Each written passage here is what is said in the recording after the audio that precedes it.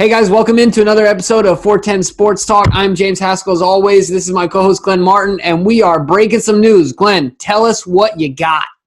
Yes, the Ravens have agreed to a one-year contract with former Denver Bronco defensive end Derek Wolfe. Total value of $6 million, with only $3 million of that guaranteed. So it looks like they found the replacement for Brockers walking out the door and going back to LA. Yeah, that didn't take long, did it? No, man. Thank goodness, because I was a little worried. And I tell you what, we did our mock draft. I think as these signings continue to unfold, that draft, it starts to narrow down your needs and see where their focus is going to be. But I'll tell you something interesting as far as notes in this deal. Like you said, it's a 1 year, $6 million, up to $6 million. So it keeps that flexibility later on. Brockers was a significant financial commitment in comparison. Yeah. I did see that. I guess Derek Wolfe's biggest red flag has just been health throughout his career. Last year, though, he only played in 12 games and had a career-high 7 sacks. And, of course, that's playing a D-tackle type role, so that's coming from the inside. Yeah. So that's impressive to be able to apply that pass rush from that role, definitely more than Brockers, at least statistically speaking. Yep. So I'm excited about it. I mentioned that the only player that would make me more excited is Timmy Jernigan, but based on the fact that I think of the two, Wolfe is the healthier one, I'll take it. Yeah.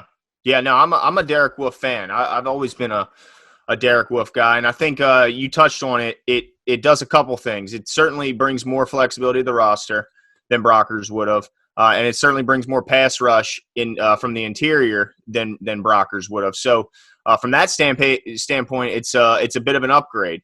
Now, you may lose a little bit in the run defense department, but certainly has a lot of help around him to take care of that, with Brandon Williams and Calais Campbell being excellent at that. And I'm pretty happy. To do it this quickly, to make sure, the Ravens don't want to go into the draft with too many holes, and that certainly plugs one of them. Now, the key is going to be to keep them healthy, as you mentioned, but the Ravens, since they switched to that natural grass field, it seems to make a big difference, and it just seems like we've been pretty lucky lately. So I don't know if it's, a lot of injuries, just luck, but also it seems like maybe the Ravens are onto something with their flexibility, their strength and conditioning programs.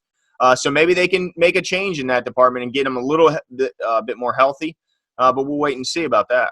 Yeah, absolutely. I totally agree with you. I'm really excited about it. I think it will be. It's interesting to me, and this is not to side with you at all, because I'm not going to do that. But it's interesting.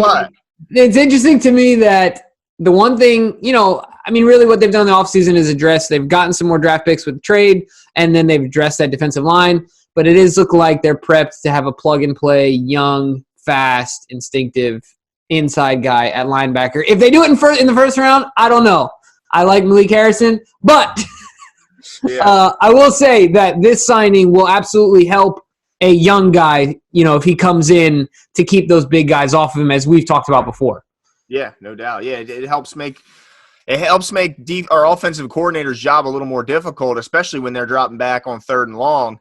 And now you have Judon, Calais, and now Derek Wolfe you have to worry about on the inside. That's that's going to be scary. And if they decide to add a little help, which I think we both expect them at some point in the draft to add some help to the pass rush, and maybe there's still Clay Matthews is still sitting out there. And then you mentioned the added flexibility financially with this. Maybe they could bring in Clay Matthews to help a little bit in the pass rush. Absolutely. Well, I'll tell you what, I'm really excited about it. We're keeping the news as fresh as my shave. And we'll keep it going. So make sure you guys subscribe, give us a like, give us a thumbs up, turn on the notifications button, so that way you're as up to date as you can be when we continue to put out these videos as things happen in Ravens country. So once again, subscribe, and we'll talk to you soon. Yeah.